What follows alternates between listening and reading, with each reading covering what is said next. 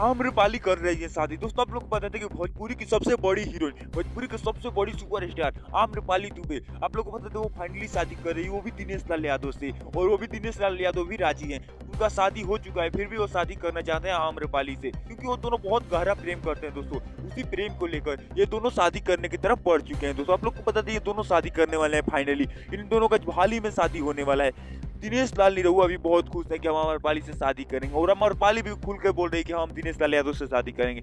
इन दोनों का शादी हमें बहुत जल्दी देखने को मिल सकता है दोस्तों, क्योंकि फाइनली इन दोनों का शादी करने का डिसीजन हो चुका है और ये दोनों काफी तेजी से शादी करने की तरफ बढ़ रहे हैं। और आप लोग को बता दें खुलासा करते ही जा रहे हैं, एक पे एक कहकर लाइव अगर बोलते ही जा रहे हैं कि हम दोनों शादी फाइनली करेंगे ही, क्योंकि इन दोनों को शादी करने से कोई रोक नहीं सकता है दोस्तों, क्योंकि दोनों बहुत तेजी से भोजपुरी में काम करते हैं दोस्तों। बता दें बहुत पहले से ये दोनों एक साथ में है दोस्तों। भोजपुरी में कितने जोड़े आए और कितने जोड़े चले गए, लेकिन इन दोनों का जोड़ी अभी तक बरकरार है। इन दोनों के बीच में प्रेम है और प्रेम खत्म होने का नाम नहीं ले रहा है दोस्तों। आप लोग को बता दें ये दोनों शादी करने वाले हैं फाइनली।